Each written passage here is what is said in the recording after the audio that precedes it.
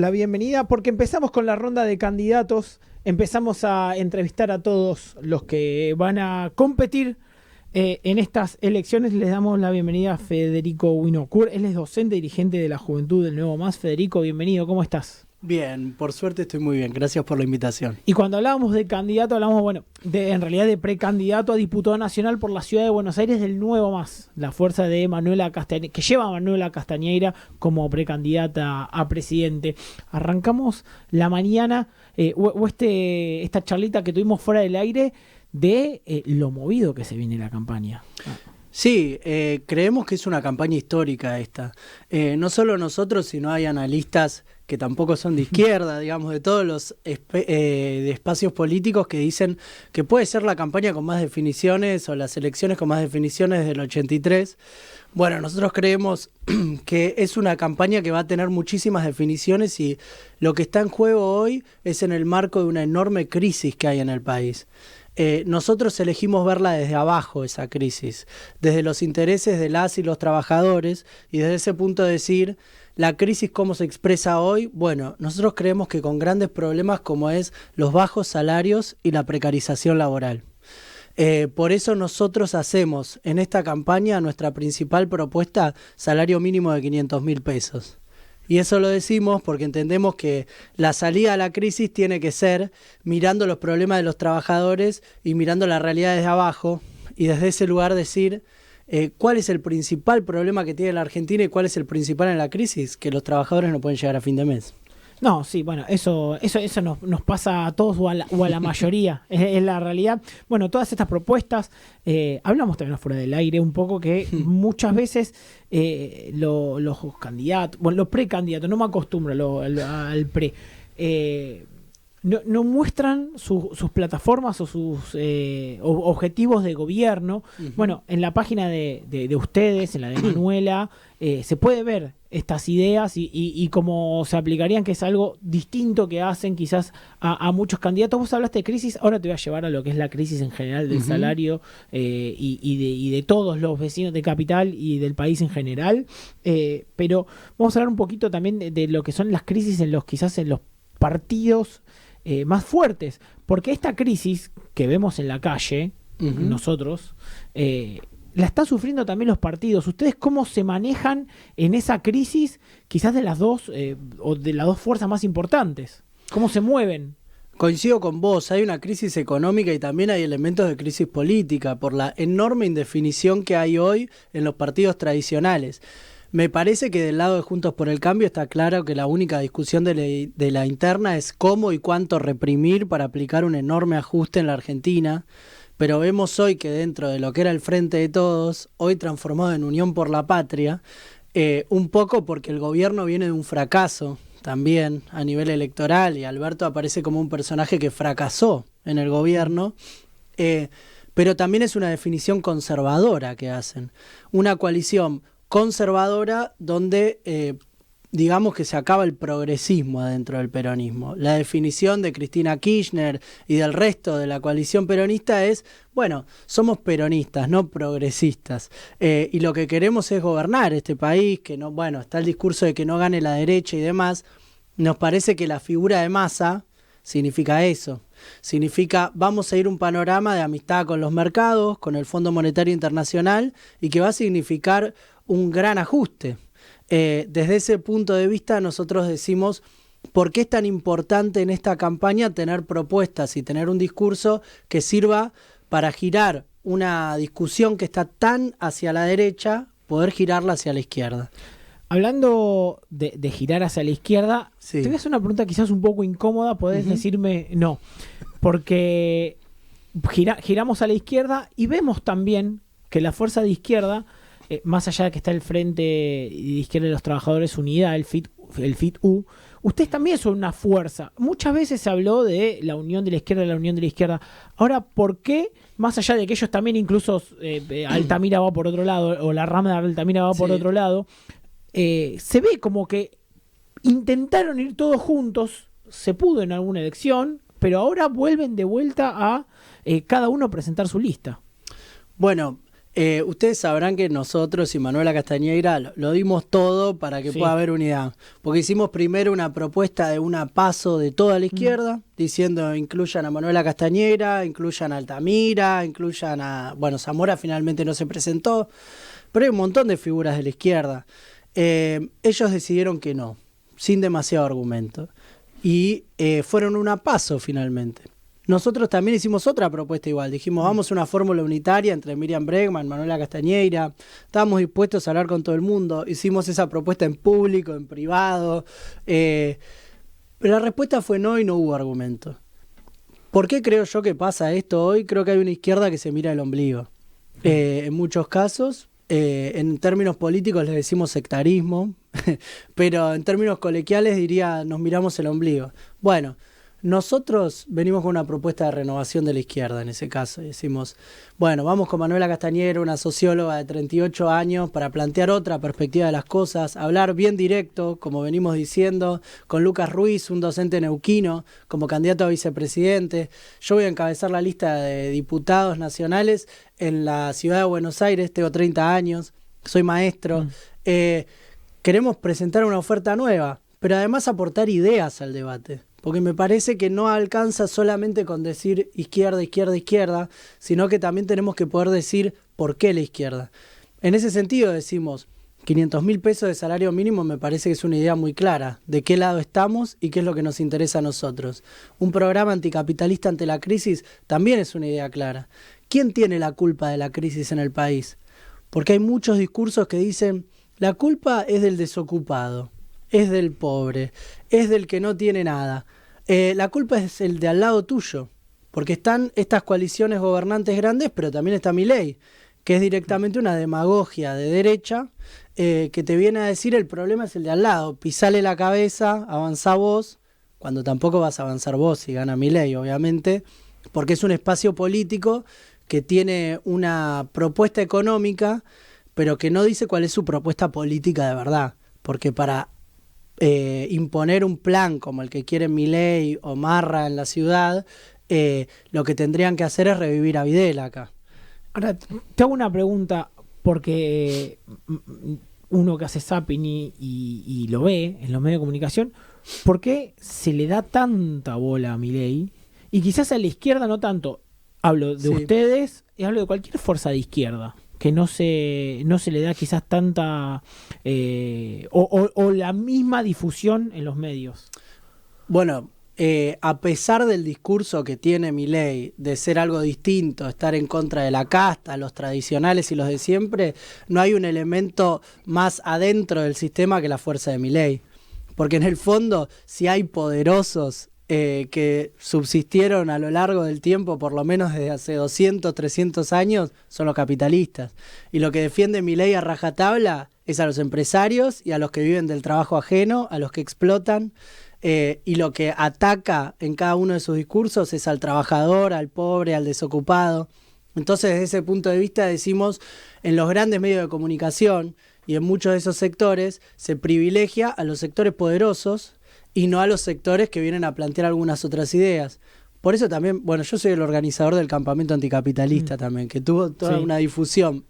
Bueno, eso generó, es una palabra, digamos, anticapitalismo, estamos en contra del capitalismo. Y eso generó en un montón de medios de comunicación o incluso de periodistas o de sectores, como si fuera una urticaria, digamos. Entonces, desde ese punto de vista decimos, no se puede criticar el capitalismo, se puede criticar todo. Pero no se puede criticar el capitalismo. ¿Cómo es? Sí, y cómo se diluye, ¿no? También el armado desde lo político de Milei en las provincias. Esto también puede dar muestra un poco de la debilidad, ¿no? Ahora hay que esperar lo que sucede en Buenos Aires, porque la realidad es que uno escucha en la calle y se escucha mucho su nombre, ¿no? ¿Cómo analizamos este contraste, digo? A mí me parece que... por eso te digo, Milei es un demagógico de derecha y quiere golpear sobre un sector de la población que está muy defraudado por los proyectos políticos que hubo hasta ahora, por Juntos por el Cambio, que fracasó con el gobierno de Macri, por el peronismo, que viene de un enorme fracaso también en su gobierno, y desde ese lugar quieren golpear. A nivel nacional lo que le pasa es que Milei es un fenómeno un poco injertado en la Argentina, porque es un fenómeno mundial que exista la derecha extrema, que exista Trump, que exista Bolsonaro, pero en Argentina eso no venía orgánicamente de la sociedad. También le dieron manija desde arriba hasta que se empezó a meter, pero como fenómeno electoral más que como fenómeno social, por decirlo de alguna manera. No hay un movimiento de Milei en todo el país, ni grandes movilizaciones a favor de ellos, ni tampoco ha mostrado ninguna foto de un acto donde haya cientos de miles de personas. Entonces, desde ese punto de vista, creemos que orgánicamente Milei tiene poco peso, aunque puede ser que en estas elecciones sea un factor de peso, obviamente. Por eso también decíamos que la izquierda tiene que ser responsable en estas elecciones, y por eso salimos con esta idea de renovar a la izquierda. Estamos hablando con Federico Winocur, él es docente dirigente de la Juventud del Nuevo MAS, es precandidato a diputado nacional por la Ciudad de Buenos Aires. Y ahora te quiero hablar del rol de docente porque sabemos que hay una crisis también en lo que es la educación. En Capital, bueno, me toca ver de cerca que muchas escuelas están en muy mal estado. Alrededor del país se muestran muchas veces la precarización en la educación. Ahora, ustedes, y vos desde tu lado que te toca muy de cerca, ¿cuáles son quizás los principales puntos en algo tan importante como es este tema? Yo me toca muy de cerca también porque en la ciudad está Larreta y Soledad Acuña, que viven del marketing de la educación, pero es gravísima la situación de la educación. Entonces lo que decimos es, basta de discursos sobre la educación, lo que hace falta es presupuesto, y poder empezar a entender que hay un montón de problemas estructurales para la educación que no tiene que ver con discursos, que no tiene que ver con nada más que no sea que en las escuelas puedan estar los recursos para poder dar las clases, para poder llevar a cabo la tarea docente también. Y desde ese punto de vista decir, es presupuesto y también es aumento de salario para los docentes y para todos los trabajadores de la educación. Hoy en día hay una realidad también que es que cualquier docente tiene que trabajar los 3 turnos todo el día para poder llegar a un salario, te diría mediocre. Un salario que no llega ni siquiera a la propuesta de Manuela Castañeira y nuestra que tenemos de 500.000 pesos. Y desde ese punto de vista decimos, si vos tenés un docente que trabaja a la mañana en una escuela, a la tarde en otro y sigue hasta la noche, o sea, empieza a las 7 de la mañana y termina a las 9 de la noche, también desciende la calidad de la educación, obviamente. Entonces, desde ese punto de vista, el aumento de salario docente es muy importante en esta campaña. Pero también creemos que necesitaríamos un gobierno donde no sea una provocación constante contra la docencia, porque lo único que hace Acuña es salir a decir lo malos que son los docentes. Yo creo que es una maniobra también de ellos, es una forma de ocultamiento, es como un chivo expiatorio. Claro, te iba a decir si pretende demonizar la educación incluso para ir cerrando profesorados y crear la Unicaba y confluir todo en el gobierno de la ciudad. Estoy completamente de acuerdo. Ellos, es como que el único problema son los docentes, y en ese sentido los docentes de izquierda, los docentes sindicalistas, los docentes que paran los gremios, aprovecha para hacer una campaña política macartista y al mismo tiempo decir, bueno, vieron que la educación es una porquería, pero con un discurso peligroso, que es como decir que en las escuelas, bueno, hay política en las escuelas, hay ideología en las escuelas. ¿Hacia dónde? De eso a decir la escuela o la universidad pública es un caldo de cultivo para el comunismo, no sé cuántos pasos hay. Y ese es un discurso que se parece mucho a la dictadura. Entonces digo, todo ese discurso macartista a mí me parece peligroso, además de ocultar el problema real de la educación, la falta de recursos. También lo ves en los centros de estudiantes de las escuelas que empiezan a decir, en invierno nos morimos de frío, no se puede ni estudiar, en verano nos morimos de calor. Y además una irracionalidad muy grande. Me contaba una compañera también, que también es candidata en una de las comunas, que me decía que en su escuela en Pompeya no dejaban que los chicos, el gobierno no dejaba que los chicos instalen una cortina para que no les entre tanto el sol en el verano, y al mismo tiempo no compraba ninguna cortina ni un ventilador. Es como la irracionalidad pura, el abandono total de la educación. Esa es la realidad hoy en las escuelas. Estamos hablando con Federico Winocur, él es docente dirigente del Nuevo MAS, candidato a diputado. Hablamos de la educación, hablamos un poco del clima político que se vive en general en todas las fuerzas, incluido en ustedes. Ahora yo te quiero preguntar sobre cuando caminás en la calle. Vos caminás, hablás con los vecinos, ¿cuál es la primera preocupación que te dice? Por favor, ayúdennos con esto, por favor, tengan en cuenta esto para la campaña o para el Congreso en tu caso. Mira, cuando estoy en la escuela lo que más se escucha es el problema del salario. Pero cuando hablas con la juventud es un problema grande del futuro y que está muy relacionado a la precarización laboral. A la idea de cómo son los primeros trabajos, o lo que antes eran los primeros trabajos y ahora son todos los trabajos. Incluso yo también, además de ser maestro de inglés, estudio sociología. En la Facultad de Ciencias Sociales hay un montón de estudiantes de comunicación. No hay manera de tener un trabajo, incluso en el sector de prensa, en el sector de los medios, que no sea precarizado. No existe otra cosa que no sea el monotributo, parece. Y esa es una regla que se empieza a imponer en el conjunto de la sociedad. Entonces, me parece muy importante en la sociedad también plantear el fin de la precarización laboral. Leyes claras que prohíban la subcontratación y que prohíban la precarización laboral, que lleven a que los trabajadores sean considerados como tales y tengan derechos. No importa si son jóvenes, viejos, grandes o chicos, que vos como trabajador tengas todos los derechos que te mereces. Julio. Sabés que, bueno, a colación de lo que hablabas con una amiga también docente, y me contaba que tal es la problemática que están tomando a docentes de preescolar y de jardín para el primer grado, ante la ausencia de docentes disponibles para esos primeros grados, ¿no? Es gravísimo. Es gravísimo porque nadie quiere trabajar en las escuelas, digamos. No es que nadie, hay un montón de gente súper comprometida que está todos los días, que lo entiende como una trinchera en el marco de esta sociedad injusta. Pero es cada vez más expulsivo trabajar. El gobierno te agrede, el salario no alcanza, estás expuesto a todo tipo de ataques de la sociedad de mil maneras. Bueno, mucha gente elige dejar la educación.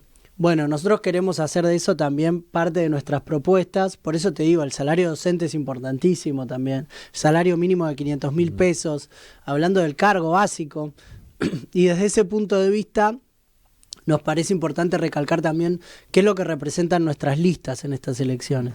En la lista en la que yo estoy, candidato a diputado nacional, hay docentes como yo, hay trabajadores de reparto por aplicación.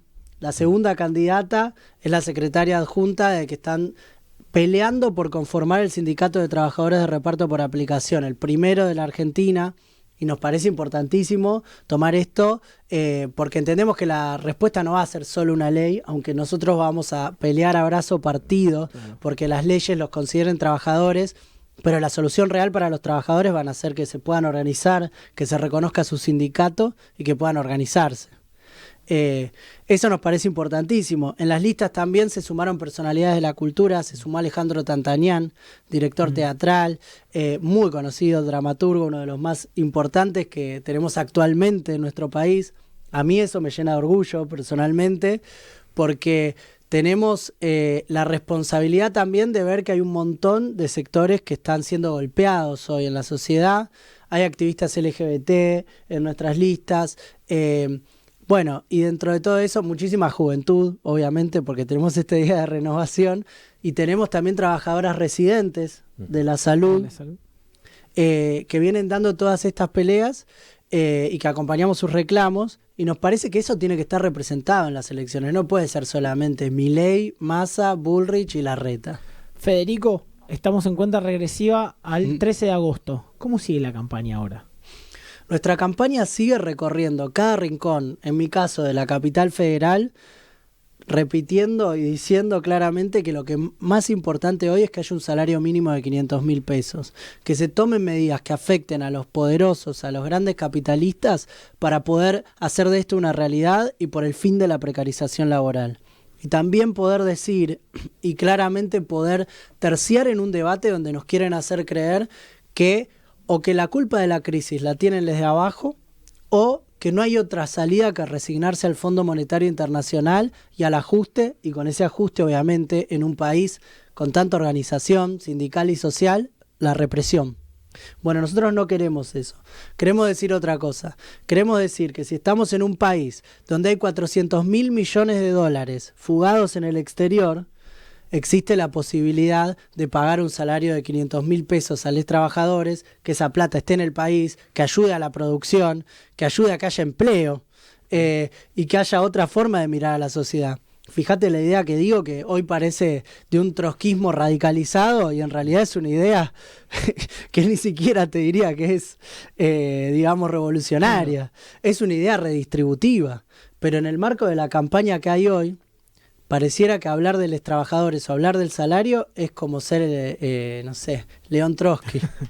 Federico Winokur pasó por el aire del arranque. Federico, te agradecemos mucho por haber compartido este rato en la mañana charlando un poco de la campaña, del clima político y de las propuestas que se vienen del Nuevo Más, que te lleva a vos como candidato a diputado en la ciudad de Buenos Aires y a Manuela Castañera como candidata a presidente. Bueno, muchas gracias. Lo último que quería decirles es que nos parece muy importante en una elección que se define tanto y con tanta crisis dentro de los partidos, es que necesitamos que los debates que hay, como el debate presidencial y los debates que hay locales, se den antes de las PASO, no después, para poder escuchar todas las voces y que no sean siempre los mismos los que están siendo protagonistas de la discusión. Gracias, Federico, por haber venido al arranque. Bueno, muchas gracias.